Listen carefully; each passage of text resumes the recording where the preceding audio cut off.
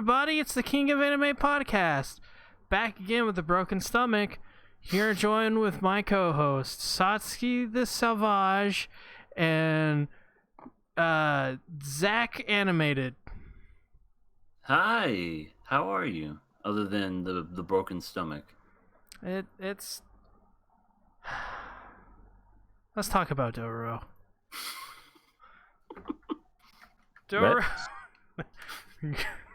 Just get right into it.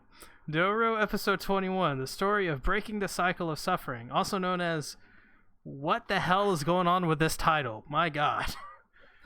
Yakimaru fights Tahomaru, but when it seems Yakimaru has finally won, Daigo's appointed guardian for Tahomaru uses a horse and boom, horse goes boom, Yakimaru falls into a pit and he's like, ah! Then he sees the horse come back together. Yakimaru is now the Ghost Rider. Isn't that supposed to be like one of the horse of the apocalypse? One of the four horses? Maybe? I mean, that's what I got out of it, but to be honest, I have no idea why a horse straight up exploded and came back together. Yeah, here's the thing about this episode. Man, this first part was brutal. I was like, oh god, this is not good. And then it just kind of worked out near the end. It had a pretty cool fight scene, and then it had that weird ending with the horse coming back together, and I guess it was being possessed by some spirit or something like that, or some warrior past, because it was like a bunch of old armor that was floating in the air. I don't know. What do you guys think? It was a cool rapping dash. That's okay. That's exactly what it looked like. It was Rapidash. That is so funny. Go Rapidash. Ability, rebuild yourself. Yeah, I don't get like how some of these demons are formed. They just, I don't know. I guess it's because like before we didn't really get to see the demons come together. Like they would have their origin story, but we would never actually like see it in current time. And it's just weird to see some of this. Like the shark, for example, he just spontaneously turned into a demon, and he digivolved into whatever that was. Yeah, he got enough experience points, and then he evolved. But same thing with the horse, I guess. Yeah, that horse was totally dead though. Like, man. Don't you love how they built a story around this horse? How they took it away from its child, and then they go ahead and they blow it up. I was sad. I was like, he's just gonna blow the horse? Come on. PETA's gonna get really mad at this anime. Oh no. As they should. They have a viable reason, because I don't think they had to do that. Like, you could have just threw the explosives at of course I guess you don't want to injure yourself if maybe mess up, but like it was just a weird plan. Like, let's put the explosive on a horse and let's hope that the horse holds him back, because all he had to do was avoid the horse. That's really it. Not only that was a purty horse. Yeah. The horse had Why that horse? That was a kawaii horse. Yeah. It really was. As you know what? They should do a replay of this. Of the horse exploding and JR from the WWF going, "My God, that horse had a family." As God is my witness, he is broken in half. That's it. He's dead. Right. Jerry King's like, oh God, he's dead. Oh, yeah. Let's talk about the terrible part of this episode. Well, in my opinion, the terrible part, which is the whole first part of this episode. I didn't. Oh, what? It's showing the clips from last week. What the? Come on. Good night, everybody. Dang OBS. I don't know how that happened. It's showing the clips from last week. I don't know. It's sorry. Whatever. The first part of this episode starts with the horse thing, and then it just kind of, there's just a bunch of talking. Yeah, they had, I don't know, a pretty cool fight scene in the middle, and then insert random assassin dude, and then just kind of derails everything, in my opinion, and it just really took you out of it, because Dororo, or I'm sorry, Hyakimaru was going to totally kill everybody, and then that just happened. I felt like that was a huge tease, and it was more irritating than anything, to be honest. I felt, I definitely, it was very obvious. You're right. They were definitely trying to, like, tease it a little bit, and the derail was kind of on purpose, but I don't think it worked out as well, because I felt like the first part of this episode just didn't pan out in the way that I wanted it to pan out. And I don't know what I wanted from the first part of this episode. I just wanted something that, kind of like the episode before the last one, the filler episode, where it was just they were having fun.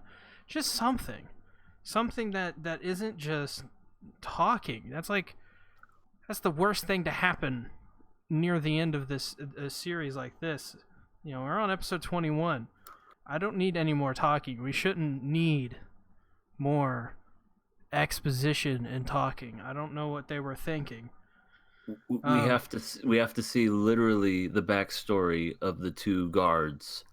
That it's like, obviously they came into the family, and did we really need to see how they were imprisoned and became their guards? Did we really need to see that? I feel like if they gave them a whole episode or two dedicated to it, and they fleshed it out, and they really, like, instead of the Shark Boy arc, they focused on them, and they're like, all right, so this is like, we're just gonna focus 2 episodes on fleshing these guys out, giving them more characters, but I even then, I think they're fine. I don't think they needed these flashbacks, which seemed to, I agree. I don't want to say they necessarily derailed the episode. I think they were the most interesting parts, because, well, the interesting parts of this first part of this episode, outside of the fighting. But I don't know. This episode was weird. I just don't think I don't think the flashback between their names are Mutsu and Hyogo. I don't think it did anything for their characters. Pretty much, even with the flashback, we still have the same thoughts on their characters. They just serve as the, I guess you want to say, bow and arrow and shield for Tahomaru. That's all. I mean, that the flashback didn't tell us any new information that is relevant to what's happening now. And in fact, they're so irrelevant that they got slashed by Hyakimaru. Both of their arms are gone. And I'm pretty sure now they can't fight. One fights with a bow and arrow. They're literally useless right now. They have no arm. Not only one of them has like some weird flesh disease on their neck. I almost feel like they did that flashback scene just so that when they got their arms cut off, that you were supposed to feel sorry for them. And it's like, you don't. At least I don't. I'm just like, okay, they knew what they were getting into, and what else is there to say? I don't know who made this choice of doing it this way. I think if they wanted to do that, they should have not, like, if they wanted us to feel sympathetic for these characters, I think it would have been fine if they just didn't have the flashbacks in the first place. But I didn't see the flashbacks as necessarily them trying to, like, oh, now their arms are cut off, care about them. I already kind of cared about them because they were with Tahomaru, who I think the way they built him up in, like, the first core and some of the some of the beginning of the second core, I think being with Tahoe Maru is more than enough. Mm-hmm. I think what they should have done, and I don't know like exactly how they would have done it, but I think if you really wanted us to care for not just those two characters, Mutsu and Hyoko, but also Tahomaru, I think they should have. You could have had like an episode dedicated to them, which they sort of kind of did with the crab, but maybe one or two. You could have done it the way how the show is with some of the episodic episodes. You could have done it to where you focused on that trio and we learn more about them with one or two episodes, and that would have made them losing their arms a lot more emotional, and that would have validated the backstory. Because as far as I see it right now, with this anime, it's waning. It's almost done. I don't see what was the point of having this backstory and us wasting time, considering that it's almost over and they're not that important. I just don't see why we needed this backstory at this point in time. Anybody know how many episodes this show has left? I think We're on episode 20, right? 4 or 5? 4 or 5. 21. This is episode 21. We don't have much long left, and you can tell that now finally they're trying to get to the end game with the way this fight scene ended. It seems like it's very much trying to have Hyaki. I feel like they're gonna have Hyakimaru go into a rage again, like he did in episode 4 or 5 when Mio died, which is probably gonna be fucking cool. And then they're all gonna fight. It's just that's the future. you know, this episode did not. The ending sold me, like it made me excited for the next episode. But man, am I the only one who thinks this episode is weird? Just in general, just really strange. No, I'm right there with you. I think I don't know if it's a feeling of just weirdness or just I don't know me feeling as if I don't know. I'm almost kind of like really losing interest in the show. I really think the Shark Boy arc ruined it for me, and a few other episodes did. And I'm just starting to feel it like it's fatigue. Yeah, this happened. Yeah, I really do think it's starting to fatigue on me now. I mean, I agree with that because I don't think this episode was bad at all. In fact, I thought it was good, but I just don't agree with some of the things that was in this episode, and it just like I don't know.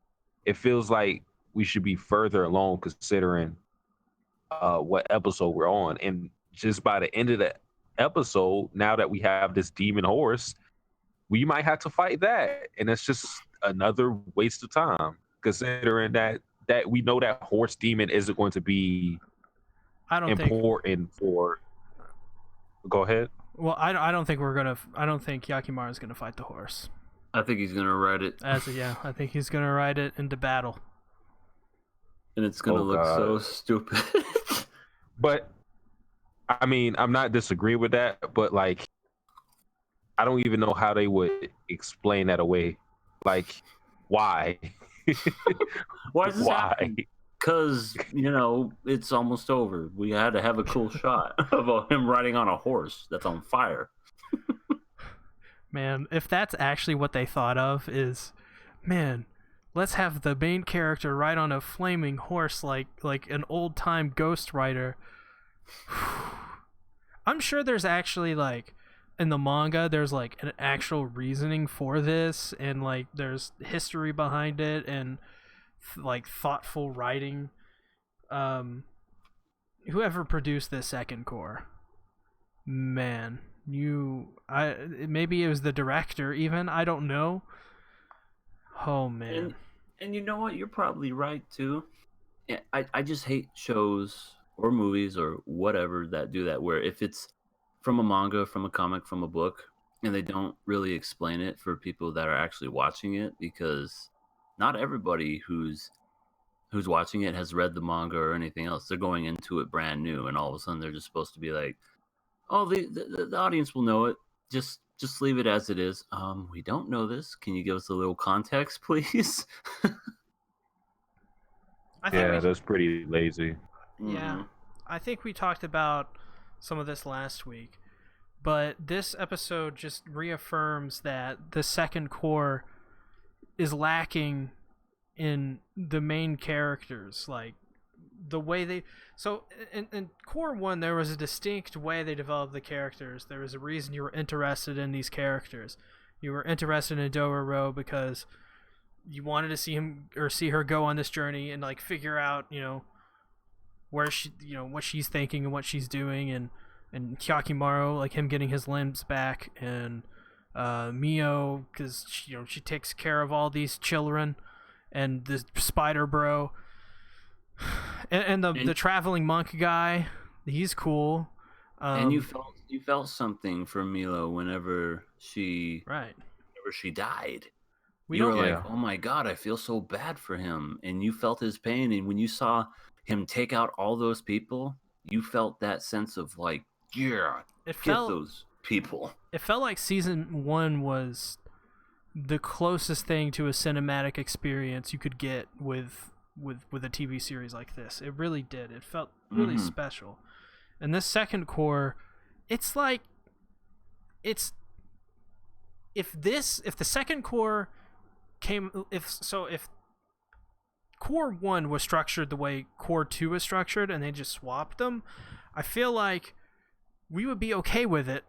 And going into core 2 now, right now, we would just be having a blast saying this is like one of the best shows ever. Like, it had a great build, and it's going backwards.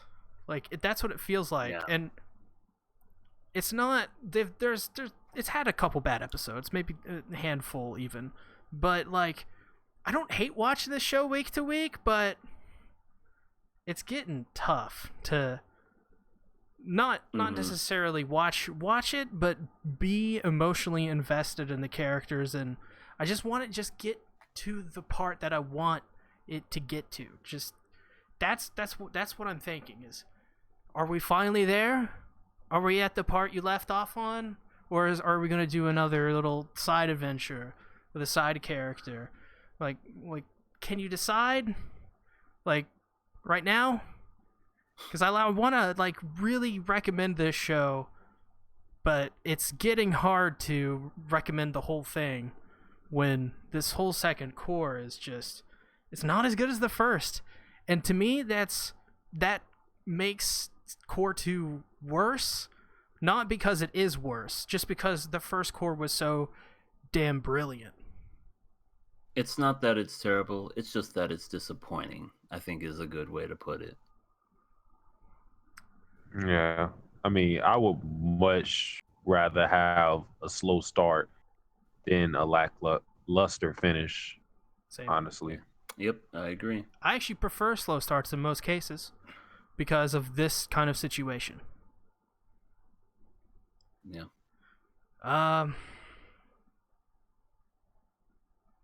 What are we giving this one? When something becomes a chore and it's not like, oh, you're looking forward to watching this like certain shows, and it becomes a legitimate chore, I think it's overstayed its welcome. I'm gonna kill it. For me, I will continue watching the show no matter what the final decision is. But EA's right. It's overstayed its welcome, and I've given it chance after chance, and I've tried to see the positive in the negative. That's just kind of the way I am, but I gotta kill it. Hate to see you go, Dororo, but I'm killing you. Just know it was me. I wanted you to know it was me. And just so you know, this is just the way this show is structured. When something gets killed, it's not necessarily because it's the worst show ever made. It's just watching it weekly in this format, like it's not like, this isn't trash, I guess. It's just not. Yeah, I can't recommend it. Clarify that. I want to clarify that because it's just with the podcast structure and the rules that we have set in place. It's not that we think that this show is going to be terrible. It could pick it back up, but just how we have things right now structured it should have been killed probably even weeks back, just based on how it is. Because basically with this show, with this podcast, one bad episode could be the death of you. And Dororo has had a string of lackluster episodes, so it's kind of been just, I guess, wearing us down. Me especially, because this was my favorite anime of the winter season, but same. Oh, it fell off from that. So so the Curse of the King of Anime podcast winner continues on. Slime Daddy was killed in second core. Dororo was killed in the second core. Well, we actually don't know if Dororo is going to die because we still have 3 more episodes to talk about. So I mean, the second core, it's almost as if certain shows just they I don't know, they like bust their load ahead of time, and then before you know it, you're just like, all right, now what do I do? I'm here. I think looking to go for round 2, and I just can't quite get there. I think what I've learned from watching Dororo and Slime Daddy and Shield Hero is that, and what we will probably learn with Carole and Tuesday and Kimetsu no Yaiba, is that you kind of have to be a little lenient on these second cores, because I feel a lot of the times you get into these second cores and you've been watching it every week, and you talk about it each week, and you like get yourself excited for it, and sometimes you just, not every episode everyone is gonna like, and I don't think this anime it was a building thing. It was coming. And there are those rare exceptions where a show just gets better and better. The more it goes on, you get your Steins Gate, you get your Gurren Lagans that are like 24, 25 episodes, and you're hooked by every episode. But I don't know. I almost feel like sometimes these studios they know how to hook you and bring you in, grab your attention. They just don't know how to keep you. Yeah, sometimes that's just what happens. And that's the nature of, of this medium of storytelling, is that not everything can be perfect. And the way, like Satsi said, the way we have this show structured, or rather the way Team 4-Star had this show structured, it's flawed. I don't know, We're better and cuter. Speaking of cuter, God, this is gonna make me sound weird. Let's talk about Shield Hero. Wait, cuter? I think I know what he's referring to. Oh, I do too. Okay. Well, actually, I don't. I was just. Mate, wait. I just go off. I make a segue out of literally anything. Speaking of dead children, let's talk. Like, I'm not even kidding.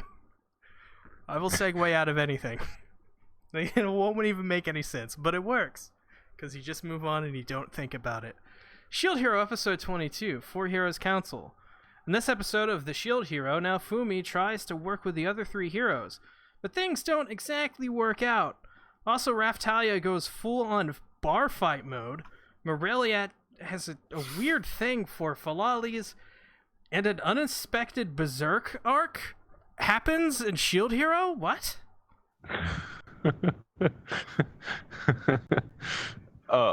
Okay, I just want to talk about this really quick. I love the queens love for the Philolis. It was so, to me, it was really unexpected considering what we've seen from the Queen. She seemed like somebody who was ruthless, but still had like a soft spot for, of course, her family. But she was fair, I guess you could say. But then you had her like fangirling over the Philolis, which I don't know. That's like a quirk I really like because I've seen it in other anime. Just for example, because I've been waiting for this moment. I've been waiting to plug in Love Live some way, somehow in this podcast, and now I got the chance to. So it's happening. It's the same way that Daya from Love Live has a huge thing for Muse. She really loves them, and then she like fangirls over them at any given moment. And that, I don't know, that's just something I like. It's a weird thing to like, but yeah, boop, boop, that was pretty cool. God damn it, that damn song. Boop, boop, boop, boop. Yeah, Morelia. She went full Ahegio on them Philolis. When everybody cowers in fear, Morelia's like, "Where are they? Drive me closer." I can hear them in the distance. We must hunt down the Philolis. No, don't go anywhere near those Philolis. They're ruthless. I must see them. That one has rabies. Yeah. Besides the queen being weird, they're finally able to upgrade all their equipment, and they're not able to choose the class they want to choose. That's because of some of the things they picked up over the series. Great continuity. Something that Shield Hero is good for. What's her name? Little angel girl. God, Philo.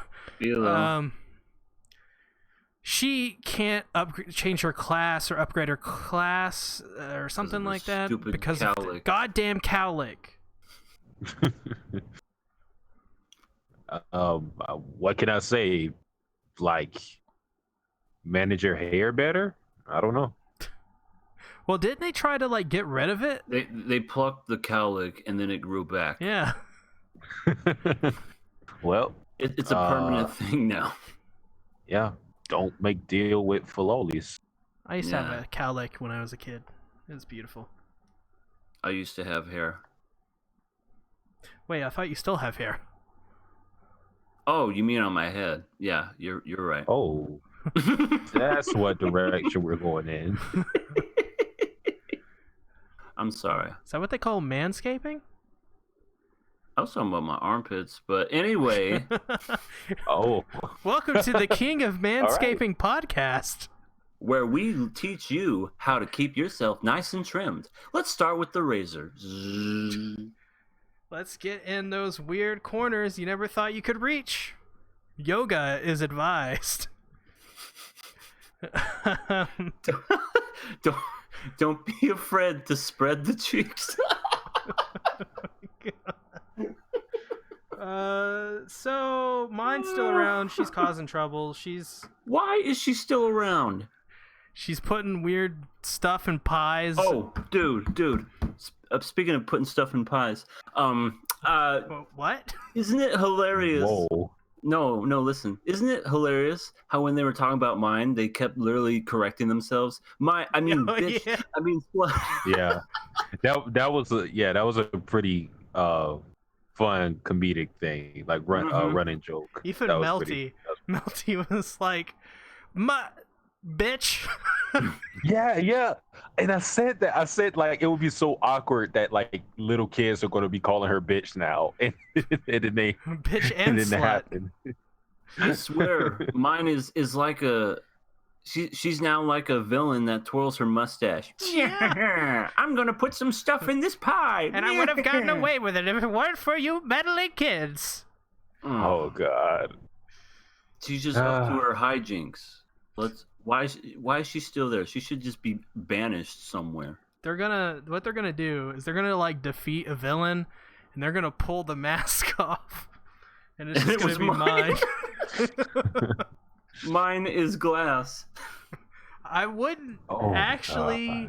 I would hate that, but if they like released an OVA, which was just Scooby Doo with Shield Hero characters, I would man, that would be great.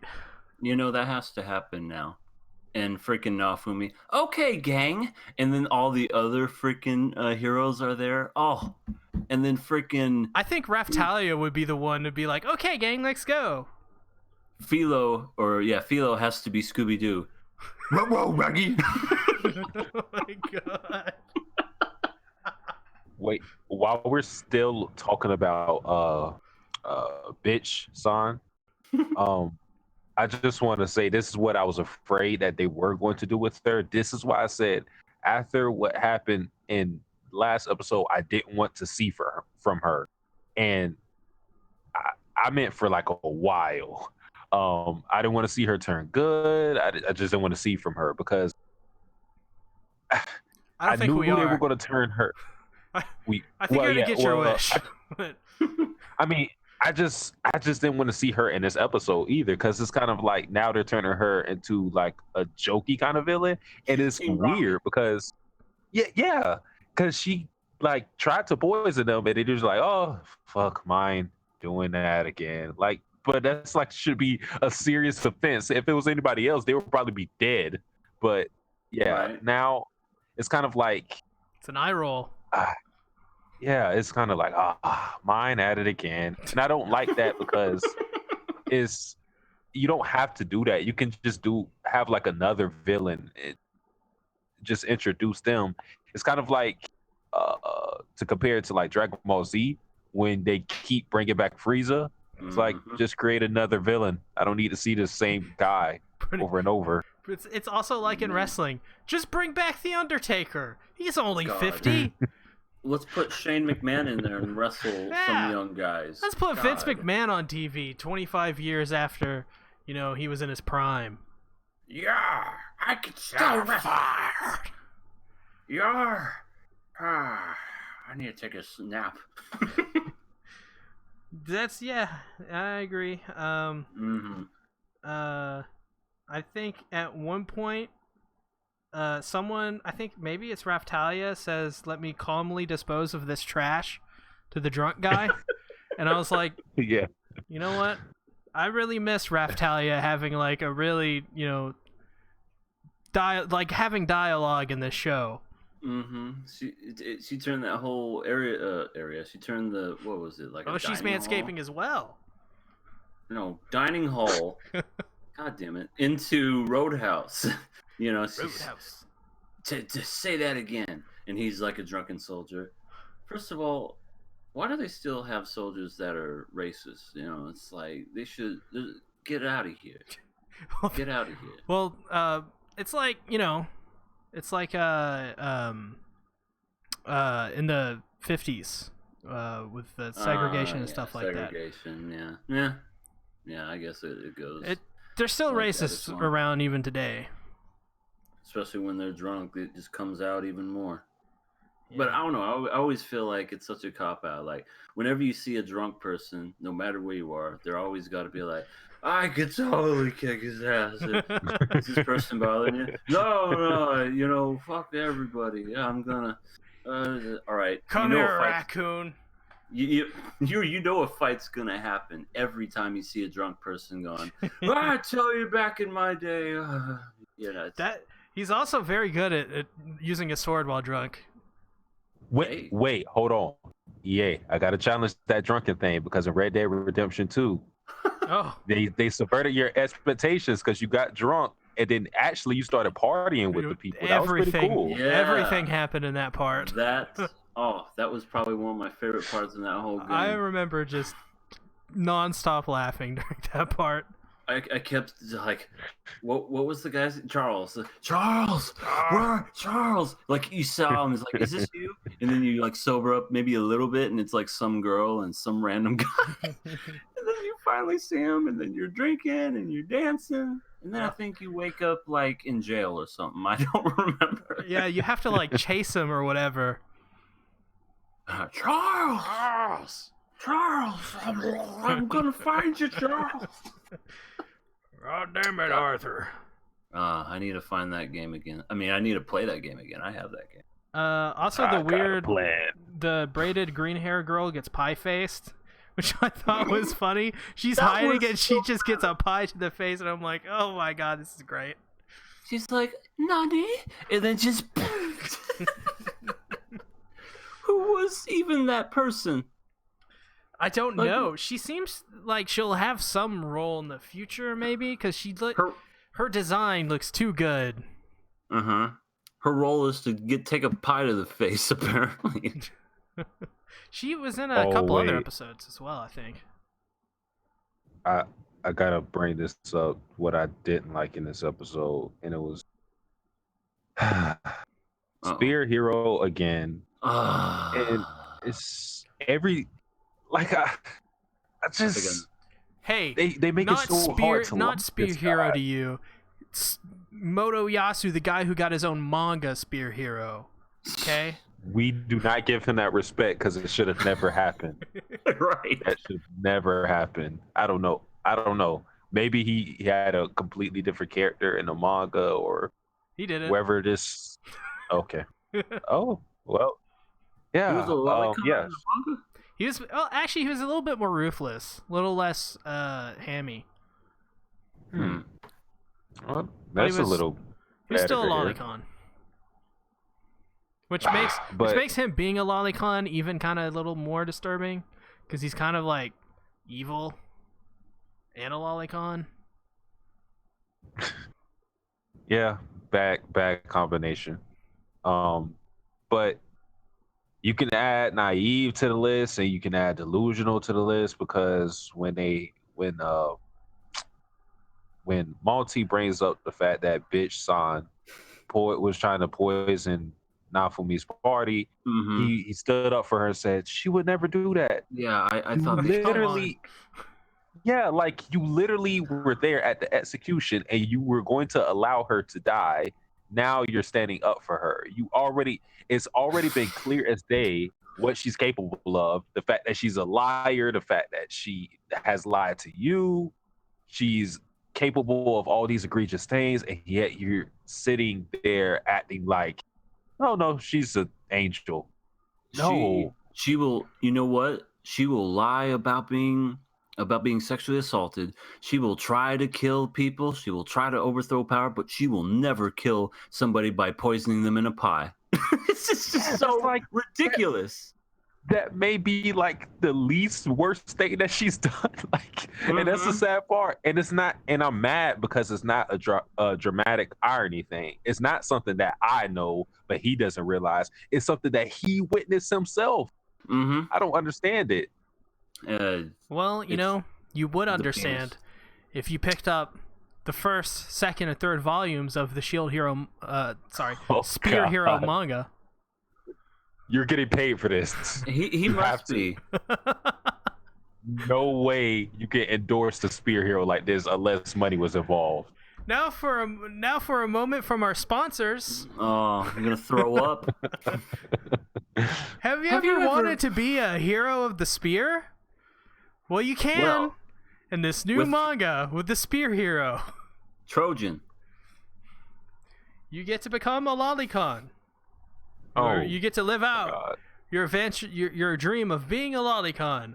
Also, being an accomplice to possible murders. You get all those, not just one. You can't pick or choose. It's all of them. Sounds like a fantastic manga that I'll never read. I'm actually I may read it just for the memes, just to come on this show and be like, guys, I read it. I know the secrets to the universe now. I'm kind of interested, not because I'm interested in his character. I'm just interested in what they could do with his character to keep up a side story like this. Because as far as I see, like what's going to happen, like QRW6. He just said, y'all might hate the next episode. I saw the PV, but don't know if y'all can handle it. I immediately went to fan service in my head. I mean, that would... no. If it's fan service with... I mean, I'll be honest. If it's a fan service episode, I'll just be like, I'm not counting it. Like it's not canon. I'd fuck it. I don't care. You would what? Let me rephrase that, sir. I would not fuck it, and I would not consider it canon because it's too far out there. It's like it's like watching Dragon Ball Z, and in the middle they just have a driver's test or whatever it is. They learn how to drive. It's like, fuck, no, it doesn't count. Can't count that. Oh God, it is a beach episode. What? Can't count it. Well, nope. I'm killing it now. Killing it now. No, wait. Because this is crucial right here. Oh, they're on a boat. Wait. I am a man of fan service. All right, this is known. I just had to let everybody know again. Is this fan service involving Ralphie and Philo? Because if so, they are. You know that's, what? I'm gonna throw up. What did you watch the PV? I literally just watched it. Want me to post it in the chat? No, I can't play it. Tell us what happens in it. There's a boat. Uh-huh. People are on it. Right. Somebody fights a shark. Someone's on a boat. Don't you ever forget. And then Philo.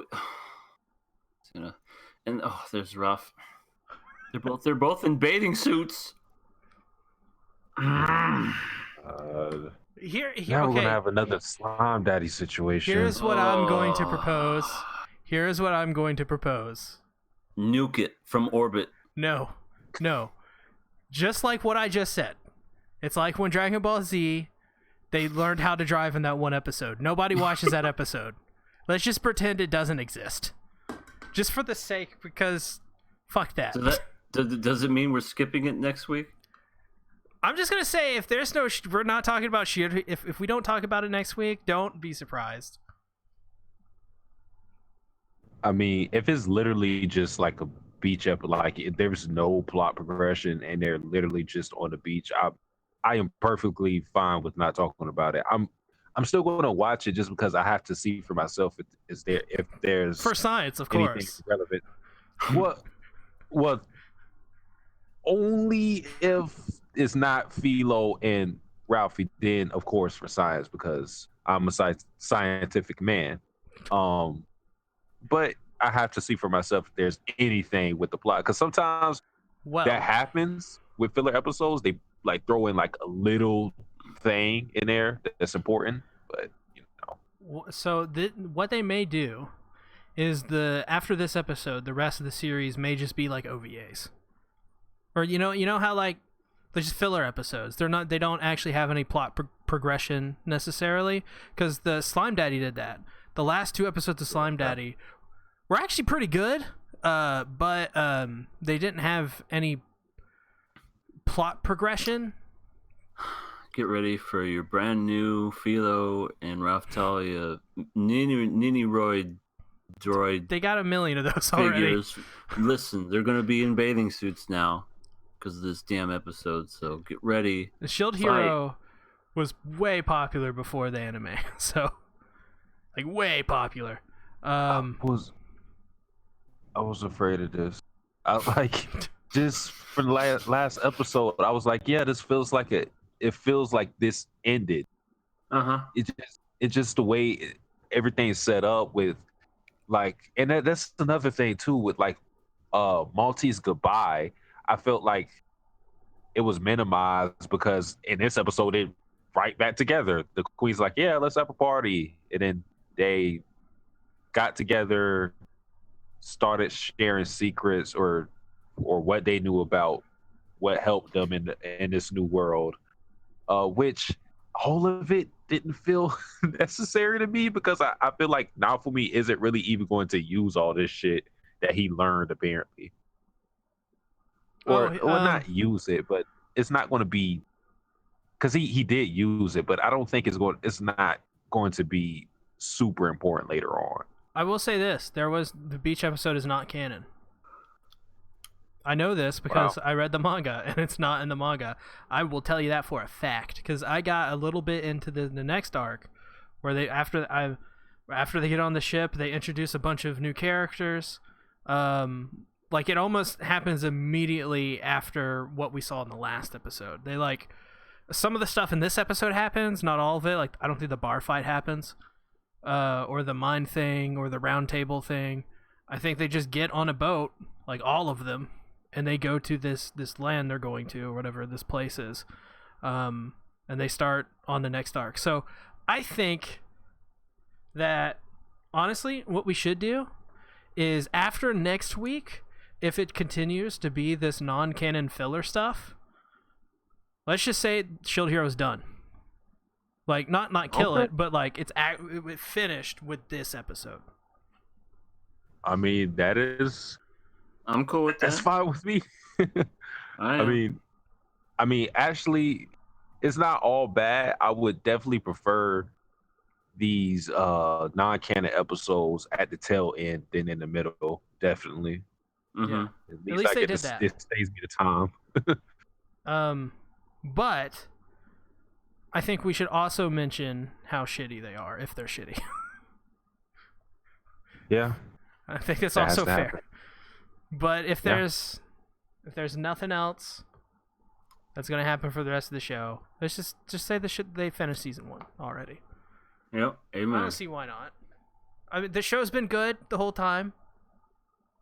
Most of the whole time. It had some moments that involved some birds that I like to forget, but other than that, yeah, it's been relatively better than I expected it to be when it first started. So at the end of this episode, only Satsuki will get this.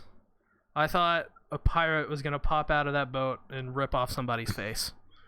And then Guts was gonna drop out of nowhere and just have a pointless pirate thing. Yeah, that pirate arc though. They also go to Raffi's village, which is probably one of the best parts of this episode. We kind of just ran right over that part. What do you guys think about them going back to Raffi's village? I thought that was a neat little touch. Wraps things up with Raftalia. It wraps up with Raph. Rap the Raph. Raffi. Rap God. Yeah, I thought it was a nice, sweet little send off. Like she got to say goodbye to her good friend, and I mean, I don't think the village was restored. It was just kind of in shambles, but at least they have some peace knowing that some people died, like Colonel Sanders. So it's all good. Rest in peace, KFC. Yes, finger licking dead.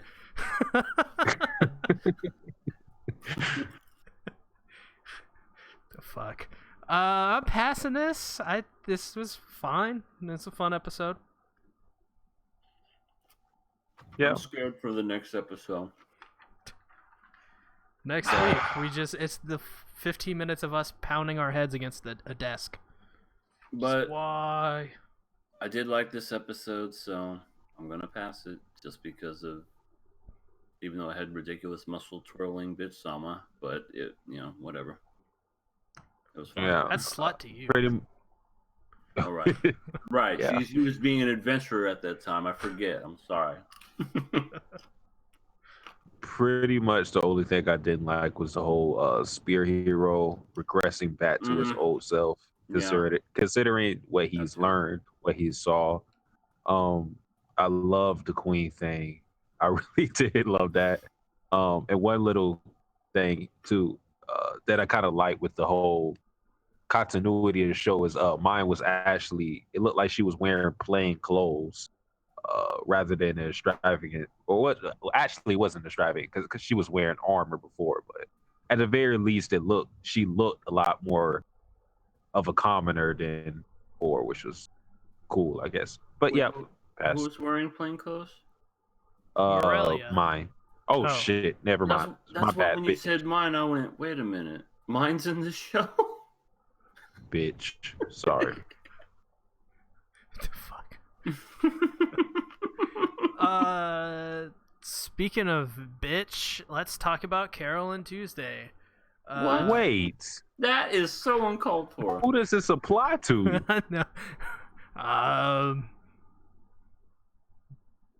may have a guess. but Cybele? never mind. Okay, Yeah. we can agree on that. Yeah.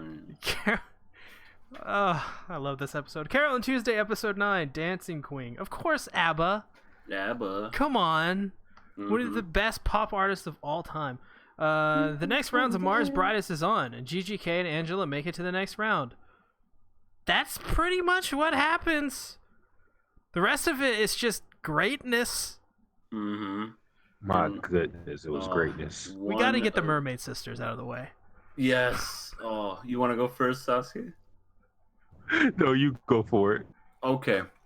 So, I'm looking at them and I'm like, okay, this is an interesting group in the way that they announce themselves. I'm like, it's going to be kind of like a quartet, maybe sort of like a doo-wop, harmonizing sort of thing.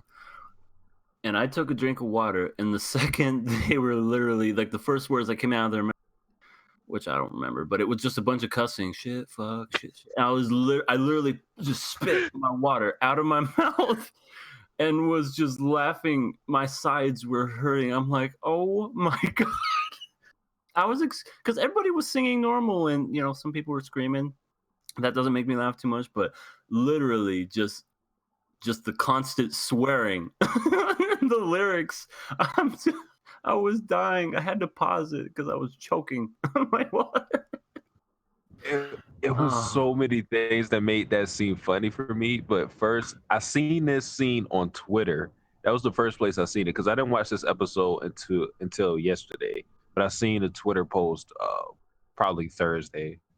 And then I shared it with somebody because I knew it was from Carole and Tuesday, but I didn't know, because they watched it and then the lyrics came on and they asked me if it was real. And I was like, I'm not sure if it's real because I haven't watched the episode, but because just from watching Carole and Tuesday, I was like, it's very possible that it is real. Then I watched it, confirmed it was real, and I loved it. The thing that made it funny for me was that it was actually a good song. Like, I like what the judges said. Like, they were like, the harmony was like off the charts, but the lyrics were horrible. And I like when they got pissed at the end. We put our heart and souls into those lyrics. Yeah, I like their attitude about it. Is like, this is just our music. That's just the way we do things. We're musicians. How did they make it past all these people that sing? I have no clue. I mean, I guess the judges previously were like, yeah, goddamn motherfucker shit. Yeah. I guess they liked it. I don't know. This is like Blink-182's family reunion. Why would you say that? Do you know that song? I can't remember that. But do they cuss a lot in that one too? It's George Carlin's 7 Dirty Words. Ah. And I think you can't really repeat them here. Yeah. So we're gonna get demonetized. But yeah, it's more so than usual. But yeah, it's yeah, that was so freaking hilarious. Who was that fourth guy without a shirt? I don't know what he did. He was just in there. He was the manager. I got a screenshot. He was just like posted up. He was like, okay, guys do it. Yeah, I know. They're doing all the work and he's just standing there. GGK is a little weird. She put her age down as 13.8 billion years old and also 22 years old. And she had a cool outfit that it was like the universe. Yeah, it was the universe. It was pretty cool. And she won. She won her round. She had for what it's worth, she had a good song. So it's just... Didn't she win it by default though? Because of the Mermaid Sisters. Yeah, but I just love GGK. Like, honestly, she was just so weird. Like, oh, I'm not a person when I sing. I die and I become one with the universe. This is the universe's song. It was just it was just a weird thing. It was pretty funny. Also, we get kind of, I don't think this is the last we'll see of Cybele, but we kind of get a little bit of a wrap up of this first kind of showing of this character, where Cybele gets a little weird, bites Tuesday's neck, and when Tuesday says, I don't like you, Cybele is like, I bit you, I own you now, what the hell? This is bullshit. This is motherfucking bullshit, and she just runs off. Yeah, that was a bit strange. I marked you. You're supposed to be mine. I'm running away. Yeah, I think what they're trying to tell with this is that there's a bunch of weirdos on the internet and they will do weird stuff to be around you. I feel like there has to be more to Cybele than just that, because it will make everything with her feel pointless. Because if they were getting around the fact that there are like people who are on the internet and like they're super fans and they go out of their way to do certain things, or they're too personal, I don't think that required the screen time that Cybele got. So I feel like she will be a reoccurring character. I think so too. She's probably going to be an enemy or something. Maybe so. And just from the genre tag of the show, it has romance in there. And that was something that, because like C has been joking about the whole Carole and Tuesday Yuri thing awakening in them when when Gus is. They blushed. That's something. They did. That ain't nothing. That's something. I mean, so if that is the case, like I said, in the other podcast episodes, they haven't really done the work to make a Carole and Tuesday relationship feel right, at least right now, because it doesn't feel romantic. But maybe Cybele is one of those things like jealousy that could be a cue for that to happen. Not really sure right now, though.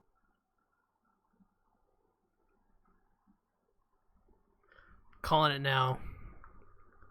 Gus becomes the drummer of Carole and Tuesday. Just saying it. Bringing it back, guys. Bringing it back. I thought you were gonna say he was gonna get it on with the no, other manager. I wanted you to think that. That's why I started with Gus. I mean, they're both fat. They should love each other. Sorry. I'm sorry, all the fat people out there. Being fat doesn't mean you have to love fat people. I'm sorry. Wait, what? Okay, so wait, what? Say that again? Being fat doesn't mean you have to love fat people.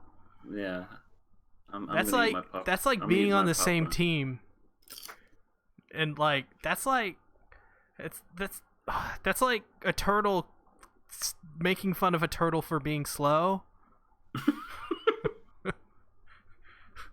I mean, he could be like really, really slow though. Like maybe even like just slow for a turtle. I can imagine, and he's even talking slow. You're so fucking slow.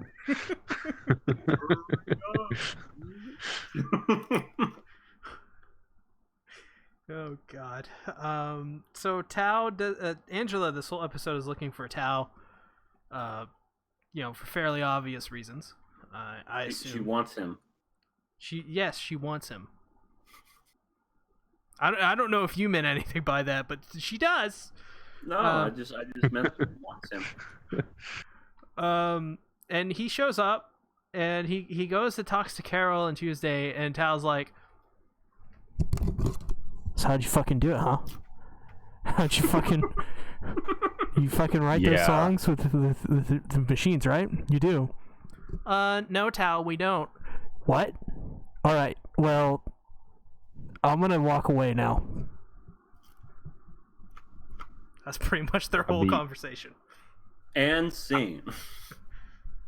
I like that scene because just from what we know with Mr. Tao, they've been doing a pretty good job with his character, and it's weird because he's not really that involved at least on screen, because he does stuff behind the scenes. But from what we know of his character, he doesn't get too personal. He's involved in just his machines and other tech. He doesn't really even like to talk to people. But then he goes up to Carole and Tuesday, and he's so interested in how they're doing their music. And that just goes to show you that they're doing something unique.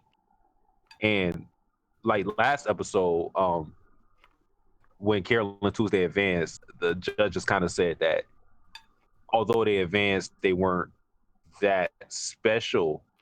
But it was also the fact that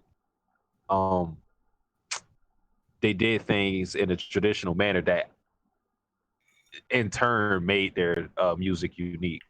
So Right. I guess like Tao is just another instance of, yeah, there's something different about these two.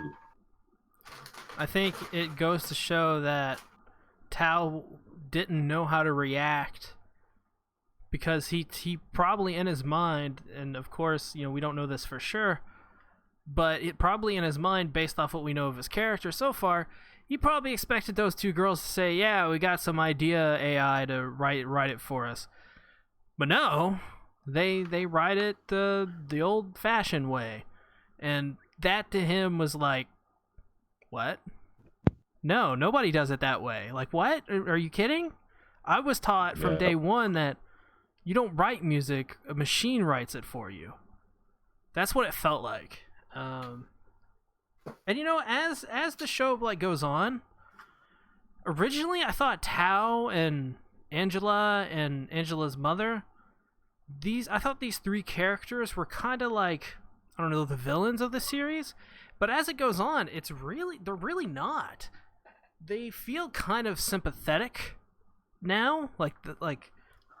I feel like as the show goes on, they'll get more sympathetic. But I feel like in this episode, they came off as like, I don't know, you can kind of get behind these characters now. Like, you can actually, it's not like good the way music should be written and the way it shouldn't. It feels more of just like two different styles of music and two different kinds of people clashing. And here's what happens. I'm sorry. I saw a post about the curse mark on Tuesday. You did a theory video. Cybele is really Orochimaru, then after she bit Tuesday, now Tuesday has a curse mark and she's going to become a demon, and now her name is going to be Weekdays or Weekends. Oh no! With the capital ENDS. But I guess what I was gonna say before I saw that was, see, now that's how you write an actual character where you don't know whether they're a bad guy or a villain or not. You show them empathy, and that's a true character. Versus, oh look, it's Dororo, and hey, here's a flashback of these people at last second. To be fair, we probably wouldn't be saying that in the first core. No, first core definitely not. Second core, yes. Second core, yeah. Hell yes, yeah. Absolutely. But yeah, this show's great. Yeah, this episode was like, I was just laughing for a lot of it. It was just goofy and funny. And I thought for a moment Shinichiro Watanabe, he kind of lost touch a little bit with that Blade Runner thing. That was weird. And I thought, going into Carole and Tuesday, there was kind of like, I don't know, I didn't know how to think about it. Because, on one hand, hell yeah, Shinichiro Watanabe directing a musical-styled anime, I'm totally down with that. But every episode has been really good, and it's not like Dororo really good, where they're bringing out the big guns immediately. It feels like they're building. Yeah, you can tell they're building towards something because they tell it to you every time the show starts, and I don't know, I'm getting kind of tired of that. What? Yeah, I know. How tired of that piano? Yeah, I'm so tired of it. I'm just like, okay, I get it. So they're gonna get famous at the end. It takes me, I almost minutes feel like to get to the episode. 2 minutes. Well, I don't mind the opening song because I listen to it every time. But Oh, to I love me, that. me too. But to me, I just don't like the just like that part at the beginning where they're like it was a miracle in Mars or what the fuck. Because I feel like it kind of ruins what we already know what's going to happen because you pretty much expect it now. I wish they wouldn't have started the show like that, in my opinion. I don't know. I think that part's fine because Nah. you like, come on, like you know they're gonna make it by by Yeah. like the, not just because of that, but because of the way the story pans out in the first episode. They take a picture together, put on Instagram, like, hey, this is where we're starting. It's obviously like a rags to riches kind of thing. And I'm all for that. And we've seen it done, a good amount of times and whatnot. And heck, I wouldn't even mind something a little different where, they even made it from rags to riches, and then they had their time, and then they didn't get famous again after that. But I don't know. I just really like this show, and I guess I'm tired of that stupid piano at the beginning. Yeah, fuck that piano. Just give me the intro. Because the one last week, it didn't have that piano. It just started with the song, and I went, yes. And then it went back to the piano, and I'm like, oh, we're back to doing this again. Okay. It's hard to be a normal person. That's just not me. Yeah. I'm writing a journal to keep my feelings hiding. Go. Talk about that song. Oh. I'm gonna. Oh shit! You I'm want me to gonna continue? I'm gonna learn how to play it on guitar, with you. and then it'll happen. We'll record our own version, and I will not sing. I refuse. You'll do the guitar, and then we will sing. Exactly. That's the way it should be. Thanos meme. Oh damn! What the hell was I gonna say? What I was Carole and Tuesday needs some more big booty bitches. I mean, that would be a supplement, but I don't think I would need that per se.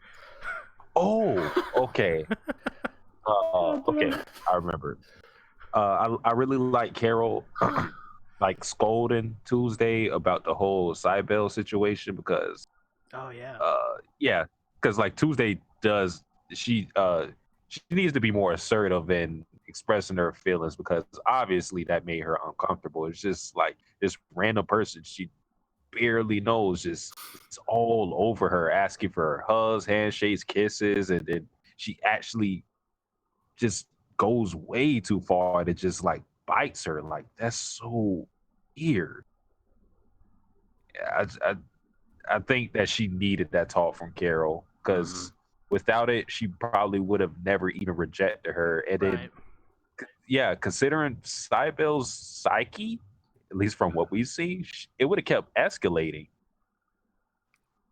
Yeah, Cybele seemed a little not balanced, to say the least. She's crazy. You could just say it. A little. I got some vague suicidal things going on there. Wouldn't be surprised. Like if you reject me Tuesday, don't be surprised to find my body. I'm just saying. Which I hope it doesn't go like that. Sounds like something that would happen in Domestic Girlfriend. Oh, that would. If Hina was the main character in this anime, she'd already just like she would just be like, let's go kill everybody. But I mean, like, let's just all go into the ocean and die. Let's guilt everybody into just killing themselves. Oh shit. Yeah, top side boob though. Top side boob. Also at the beginning of the episode, there's a lot of actual small stuff in here in this episode. We kind of just whooshed right over our head. Tuesday's mother is now running. Oh, shit. Running a marathon? Yeah. I'm running next week. She's running for office. Oh yeah, Miss Politician. She's Hillary. So I think now in the next couple episodes we're going to start seeing the whole subplot of them trying to find Tuesday ramp up a little bit. And I mean, we're also on episode 10, so it'll be a nice way to climax the first war. Yeah, I mean, who's gonna win next week? Oh, out of who? Isn't there 4 people left now? It's GGK, Carole and Tuesday, Angela, and Jacksepticeye. Yeah, Jackseptictank. I would not be surprised to see Carole and Tuesday lose. Peter. Honestly, I wouldn't Pewter. be surprised. Peter Schmidt. Oh yeah, the idol guy. Yeah, he's definitely losing to Angela's winning the whole thing. That regardless if Carole and Tuesday win their next match, Angela's winning the whole thing. But I wouldn't be surprised to see them lose next round, just because then they would be able to witness the last match. Yeah. So yeah. Ooh. Yeah. Something that I just thought of this now. I wanted to bring it up because I noticed it. You noticed when Angela was singing, her character was CGI when she was singing. I think they did that on purpose because she came in from the artificial and the more robotic way of doing it, so they made her look CGI and more like a robot. I think that was intentional, while everyone else was more fluid and with their actual voice. She didn't really have to perform that song. All she had to do was go on stage and do what she's been taught to do. Damn it! You passed. But I just noticed that. I was like, oh, CG, because I noticed it's kind of hard to animate vocals and how you look and match up the lip syncs and whatnot. But when they made Angela all CG, it like almost looked perfect with the lips and how they matched it. I can move mountains. I can move mountains. I just realized that. Oh, go ahead. No, you go ahead. No. I just was gonna say, like, maybe this is like a random thought. Maybe like Cybele is like a representation of some of the fans, because people love, and I mean fucking love, Tuesday. And I mean I love Tuesday as well, but wait, in what way? I don't know, because I don't that way. Wait, are we talking about like in real life or story? I don't know. I'm just going off of like favorites from my anime list, and that doesn't tell me much. So I don't know. But all I know is that she's a lot more liked than Carole, which was so surprising to me, because just considering that Jesus. What we've seen from Carole, I thought that she would be like the most favorite character in the story. Just like backstory, like her drive and like what she had to endure, and just like, because she was like an orphan, and then like she just like rolls her way up, and then like she has to keep finding jobs and things like that. I don't know. It seemed like Carole was a lot more, I don't want to say relatable, but she seemed a lot more down to earth, I guess. I thought people would resonate with that. Yeah, no, I totally, yeah, I agree. I'm surprised to hear that as well, but I also think that Tuesday is kind of like almost like a blank slate in many ways. She's very new to being independent and stuff like that, and so I think that's a reason. She's like Geralt of Rivia in at the beginning of a Witcher game.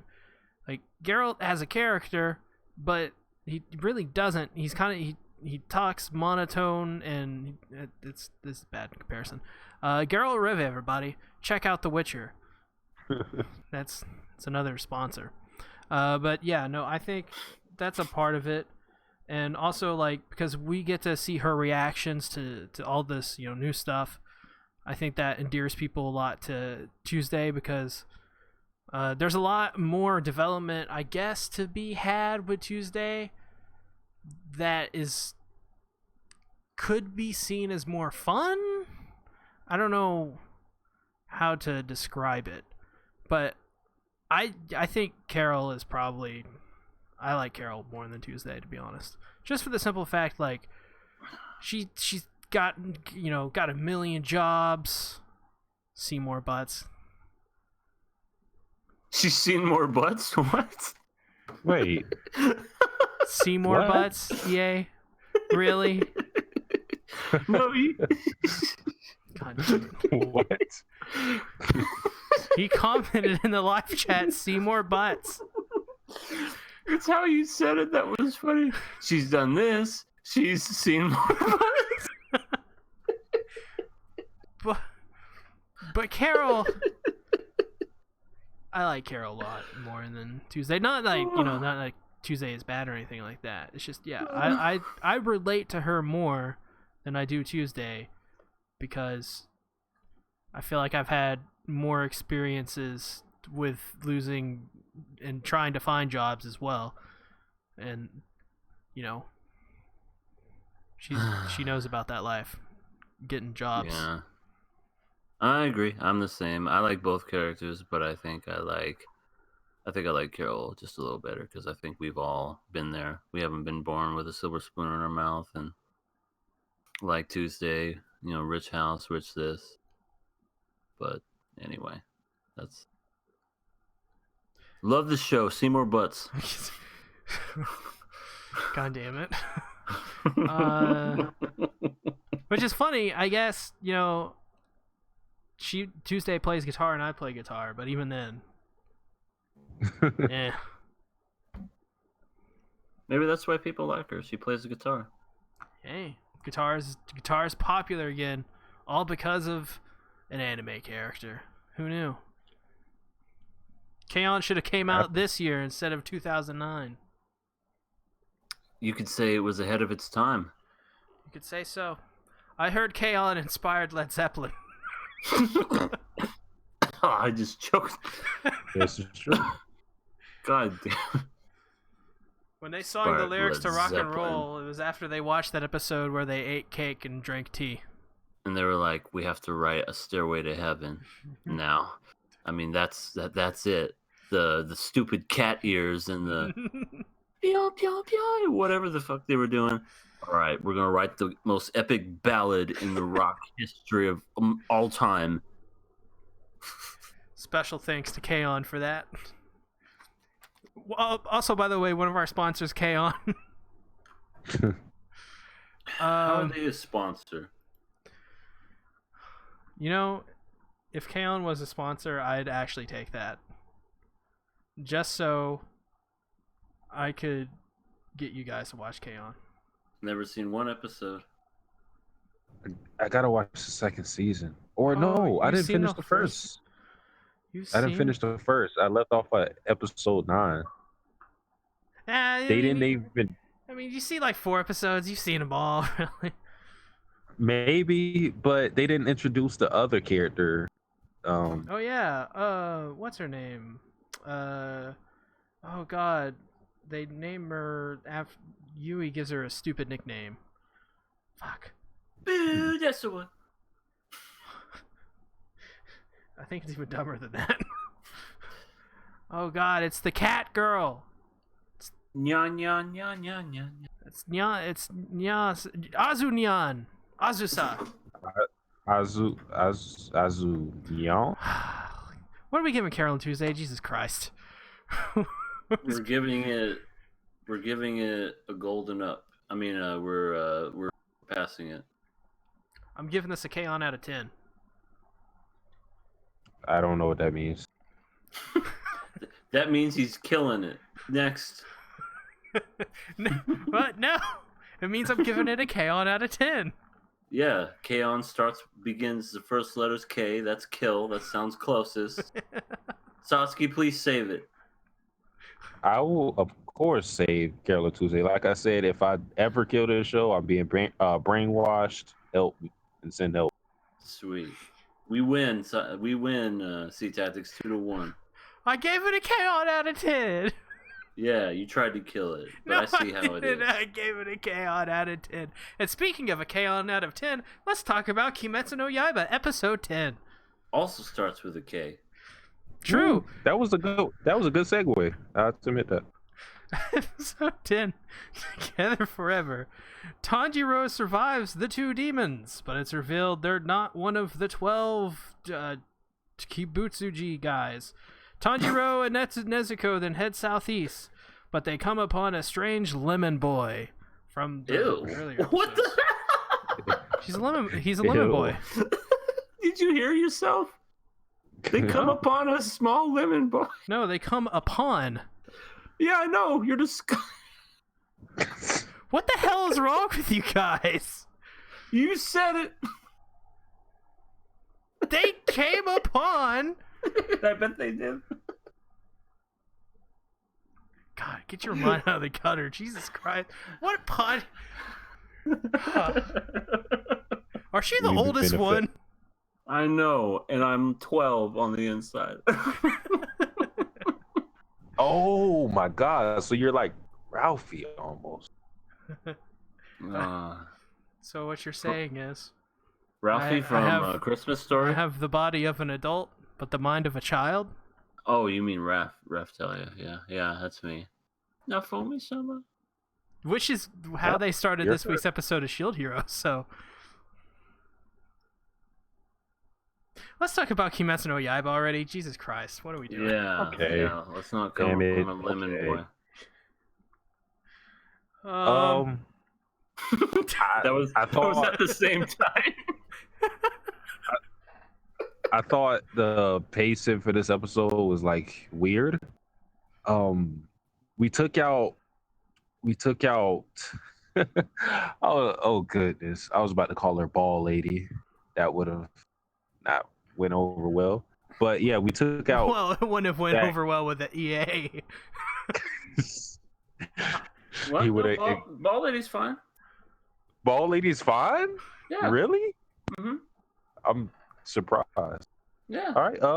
Ball Lady. What do you think? I'm 12. No. No. I don't know what to think anymore.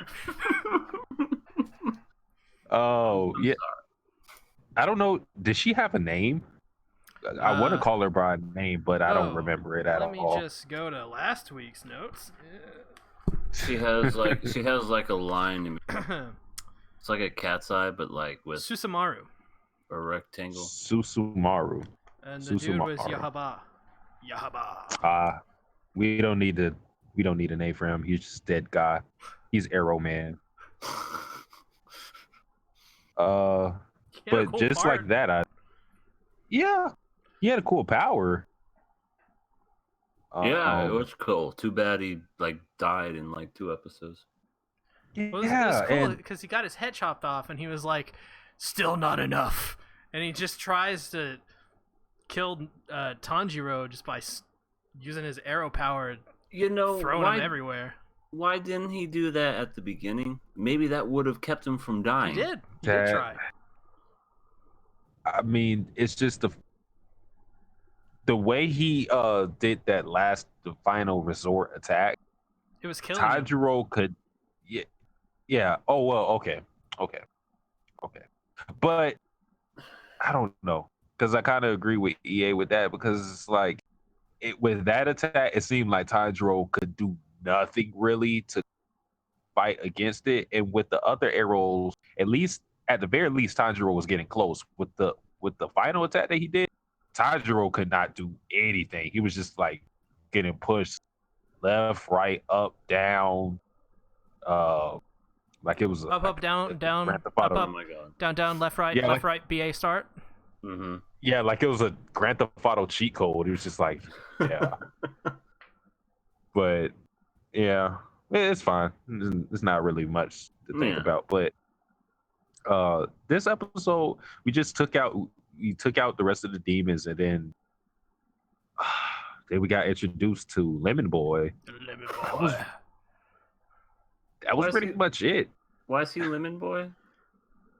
Does he have like a bag of lemons? He's yellow. Oh. Yeah, he's yellow. Oh, I seriously thought. I thought he was Lemon Boy because he had like a whole bag of lemons or something. He may. We don't know. You talking about this episode being paced weird? I thought it was just quick the whole way through. I felt like the fight was a breeze. I felt the rest of it was a breeze, and I was like, "That's quick. Okay, we're done." Can we talk about the most brutal scene in that fight? Where she did the whole freaking alien freaking chest burster, but with like a bunch of hands through the mouth and through the everything. Yeah, that was brutal. And you just hear her choking on everything. Just I'm like, oh my god, that was amazing. The curse of Kibutsuji. And then the freaking hand turns around and turns on her. Ugh, crushes her skull. Crushes and it's just her eyeball is left. I know. That whole time I was like, that is sick. That was the sickest scene in the whole show, and I loved it. Hey, there was a sicker scene though. That was cool. Fucking Susumaru and Nezuko playing soccer, hard fucking core soccer. Yeah. They were going back and forth, just kicking it as hard as they can. Nezuko won, of course. You don't challenge Nezuko in her legs. Yeah, that's a big no. It reminded me of like the olden days of playing Wii Sports.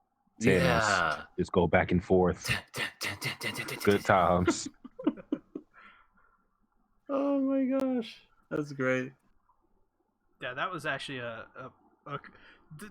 all the fighting in these last two episodes have been just so fucking cool, and this was like the best part of the fight easily. It was this last like the guy using his arrows to try and kill Tanjiro, Nezuko playing hardcore soccer, Susumaru dying super violently. It was great. These last two episodes are just so cool. Just in terms of fights, not even like story, not even taking that into account. To be honest, I don't even know what's going on in the story. To be honest, I don't think there is much of a story. I really don't. I just know that like he's trying to cure his sister, and Michael Jackson is a villain. Yep. And spot on. There you go. That's the plot. That's pretty much it. It almost reminds me of Inuyasha, but instead of them just randomly going to town, the crow just tells them where to go. You know, that's the show. And I think it works because the episodes, like they're not wasting time. It's just episode after episode. It seems like they're just. It doesn't even seem like a Dororo thing either. It just seems like they're not even offering the best stuff yet. They're just getting through it because, well, this series is just going to be about cool fights. I'm cool with that. It's like The Last of Us. It's exactly like Last of Us. Last of Us, super simple story. It's about the characters and how they interact with one another and the relationship between the two and The Last of Us growing, them growing together. I think it's going to be the same thing with Nezuko and Tanjiro. Wait, what the fuck was The Last of Us? Was that the one with? It was a video game. No, I know it's Ellie and Joel. Clickers. Oh yeah, okay, I love that. Yeah, I love that.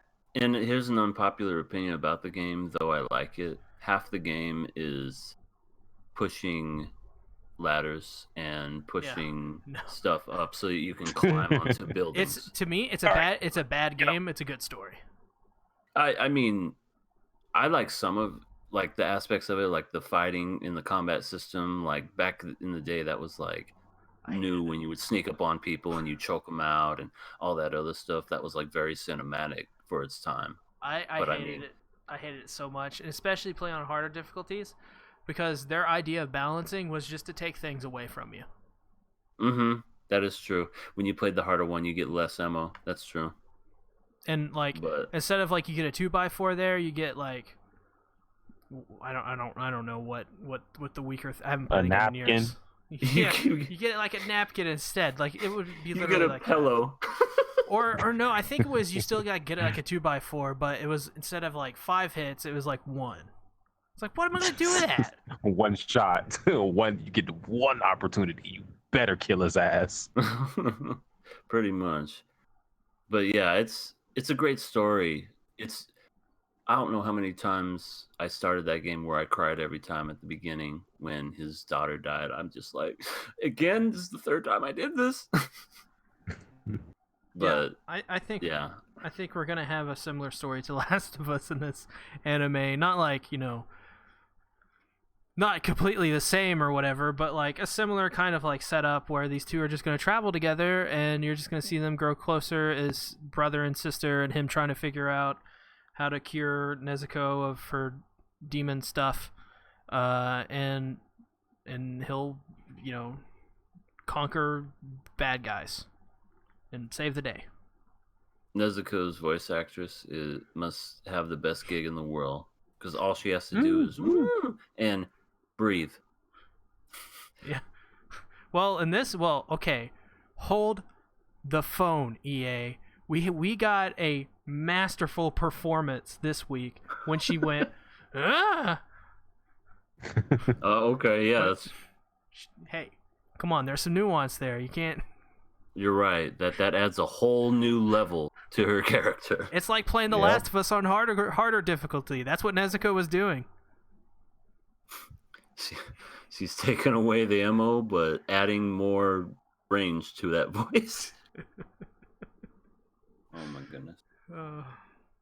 There's something up with Nezuko. Yeah. Like okay.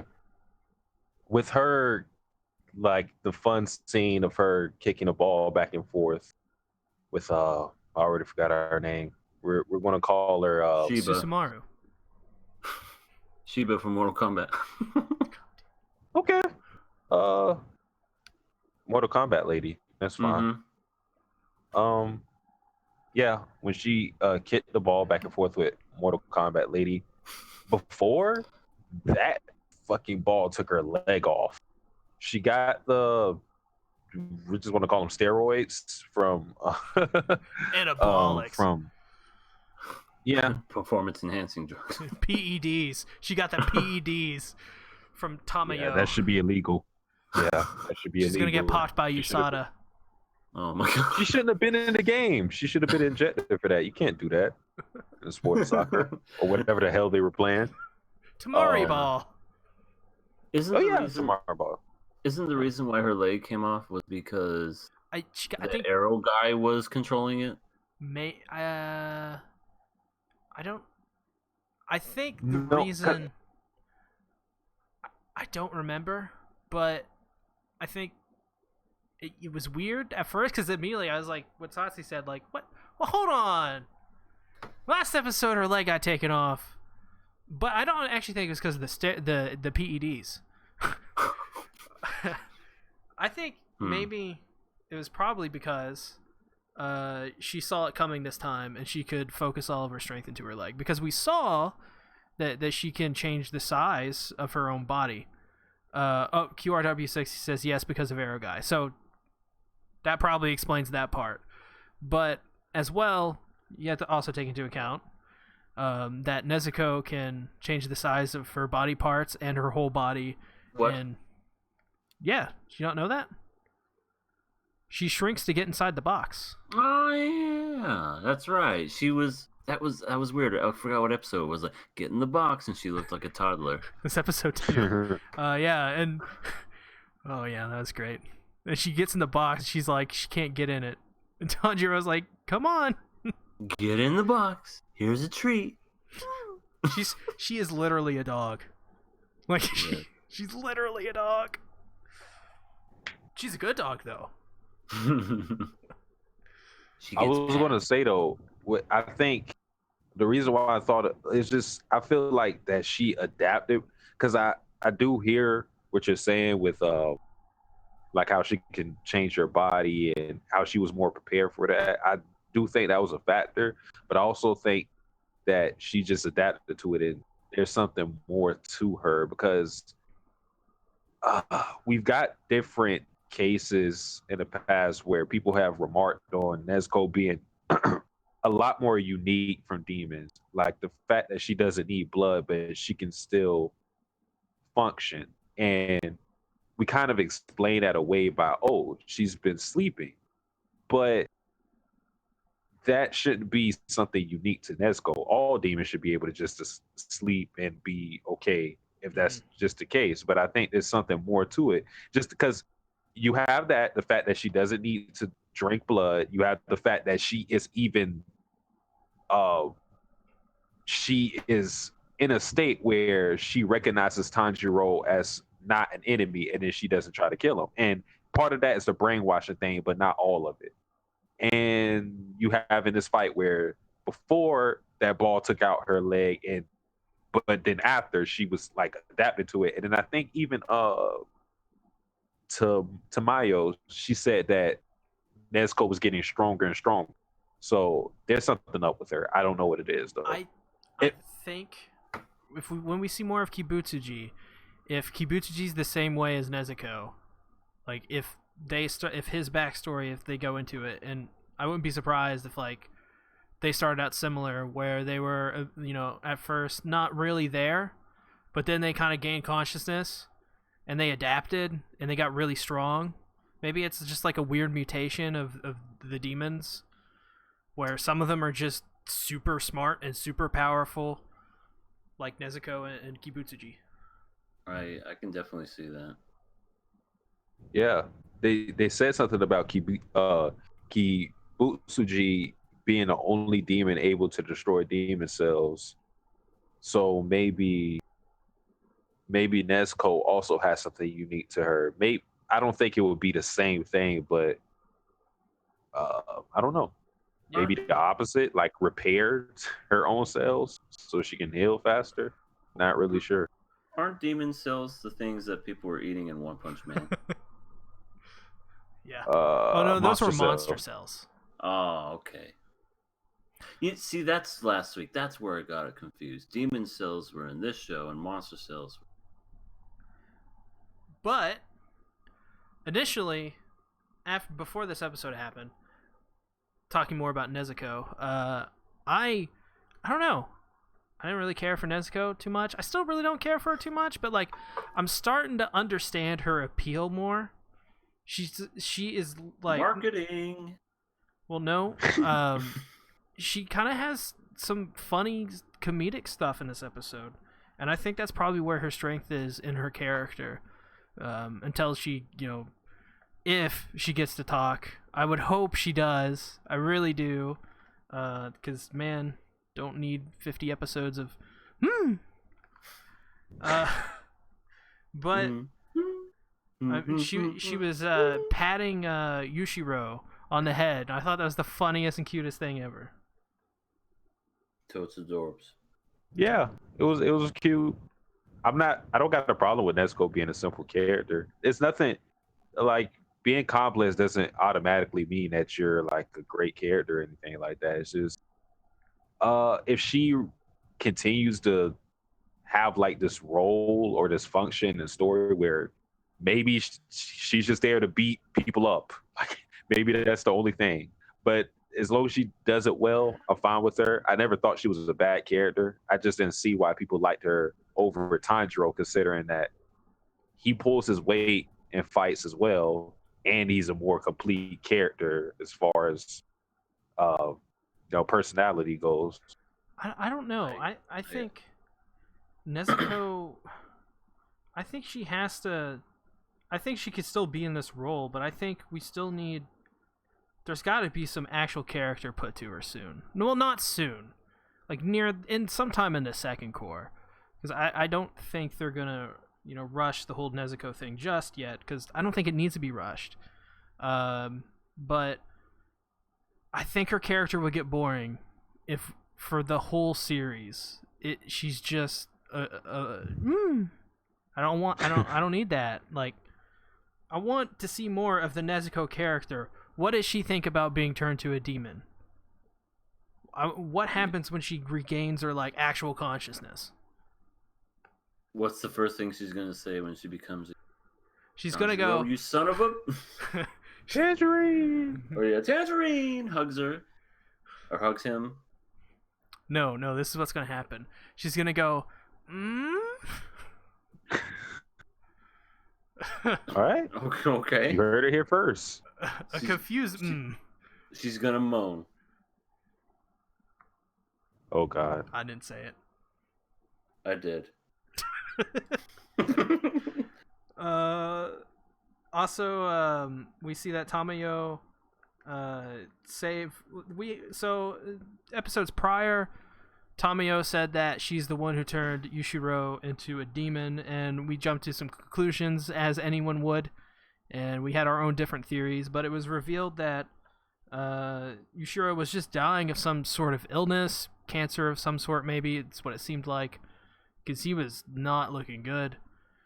And Tamayo gave him a second chance, and that explains completely why Yushiro is totally infatuated with Tamayo.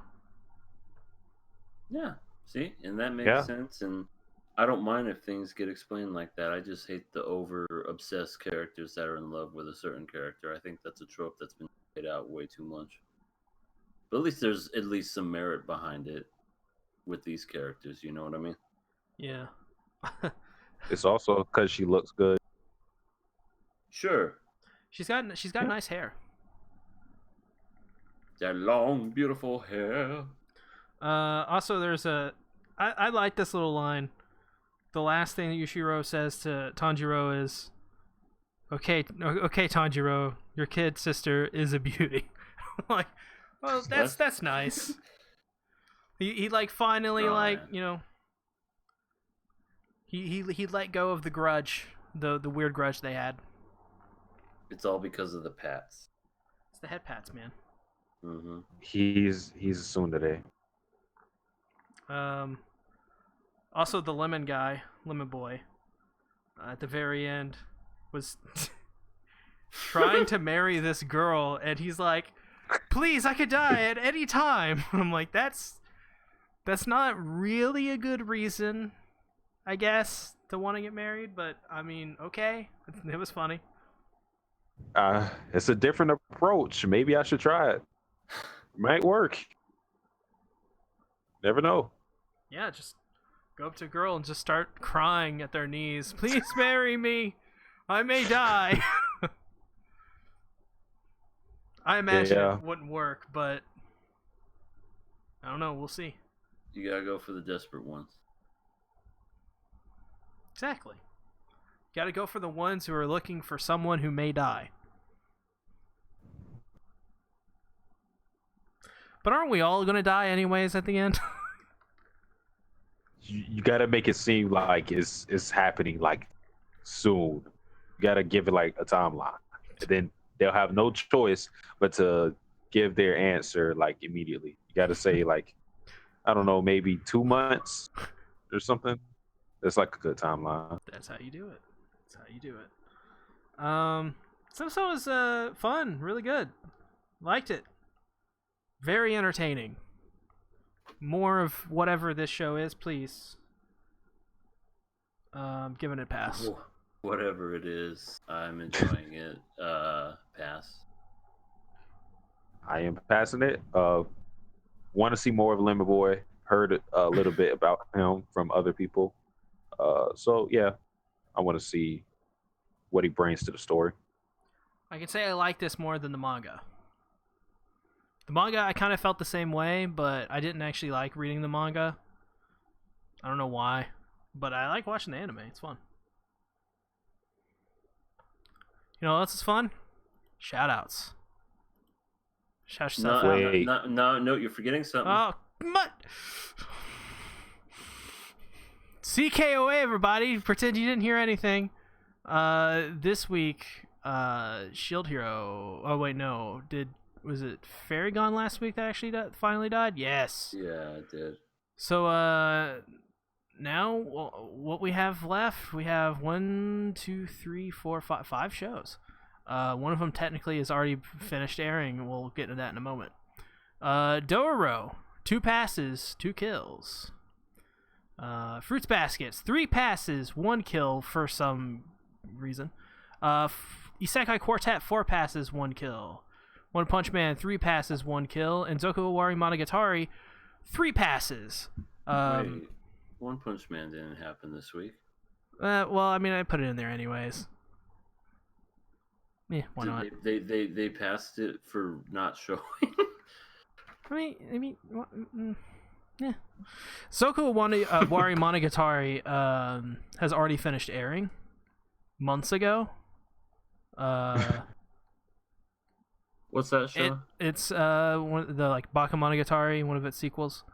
Oh, that Monogatari series. Okay. I'm just gonna keep it on the list until it's dead, because I don't know what to do. And the question I asked: if the King of Anime podcast were an anime, what studio would produce it? Options were Studio Wit, Kyoto Animation, Studio Pierrot. Ooh. Wait, what's Pierrot? Satellite, Madhouse, UFO Tables, Studio Dean, Studio 7, which created King's Game, Kinema Citrus, and of course, not an anime studio, but I had to throw it in there, 4Kids. Wow. Oh, they're going with that then. The top options. I mean, I think the top options people would pick would be Kyo Anime, 4Kids, and or Madhouse. No, it was something else. Damn it! Forgot. God damn it, motherfucker! Goddamn motherfucker, piece of shit. Well, 7 people voted on this one.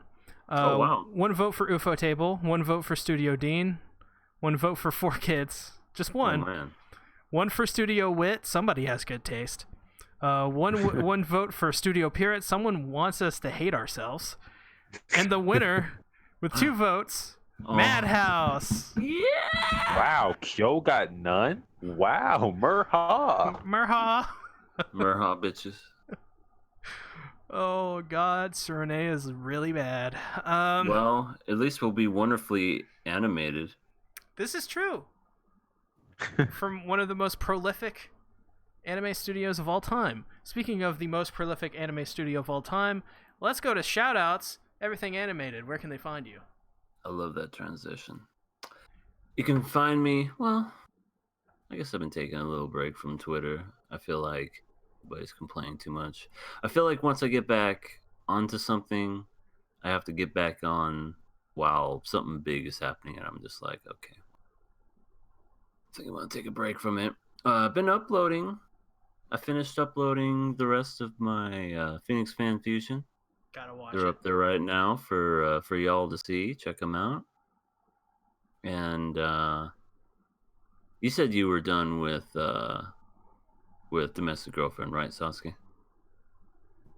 No, I got the chapter 30-ish. Just since you watched the anime, that was a chapter where apparently, like, one of the teachers, the teacher who was like over friendly, the guy teacher. He's past over friendly. I mean, I haven't got to that. All I know is that there are accusations against him, which, I mean, I'm one to believe it, considering what, his introduction, where he was like, "Hey, you 2 students, kiss." Like, what? Yeah. Yeah, I think you're almost done. But I'm eventually. I always keep saying this. It's like Chinese democracy. It's gonna happen one of these days, but maybe it won't. So it's whatever. But it don't really matter. That's right. But it'll come out. The first line of Chinese democracy. The first 2 episodes of Domestic Girlfriend are literally my second most viewed video on my channel. So it only makes sense that I have to do a final review of it. So it's happening. I love that. I was so confused about that anime. I loved it and hated it that I made a love letter to it. So I watched that video. I may have to watch it again because now I will understand it's more context to it now. But yeah, that's where you can find me. Satsuki, where can they find you? They can find me on the Twitter. Cult is growing, steady pace. And of course YouTube, Satsuki the Savage. Started uploading videos. So yeah, I'm back to the grind. So yeah, more time devoted Did to you get editing 5,000? No. I don't know how far away I am. I believe I'm like 400 away. So Hell yeah, yeah. still a ways away. So we'll get there eventually. Hopefully so. Let's see. I Maybe I have, should Everybody start like subscribe. clickbaiting. I have faith. Got a clickbait with Hina's side boob. That's how you do it. I don't know. That's how Natsuo got tricked. The quintessential that group is more in. So maybe I'll bait somebody with them. There you go. More firepower because there's 5 of them. My manga review got like 4,000 reviews of it when it was up, so or 4,000 views. 4,000 reviews? What? Hey man, people love my review so much they made their own reviews. I want to review SeaTactics review of this review. Brilliant, beautiful. Everyone subscribe to Satsuki. Everyone subscribe to Everything Animated. Also, everyone subscribe to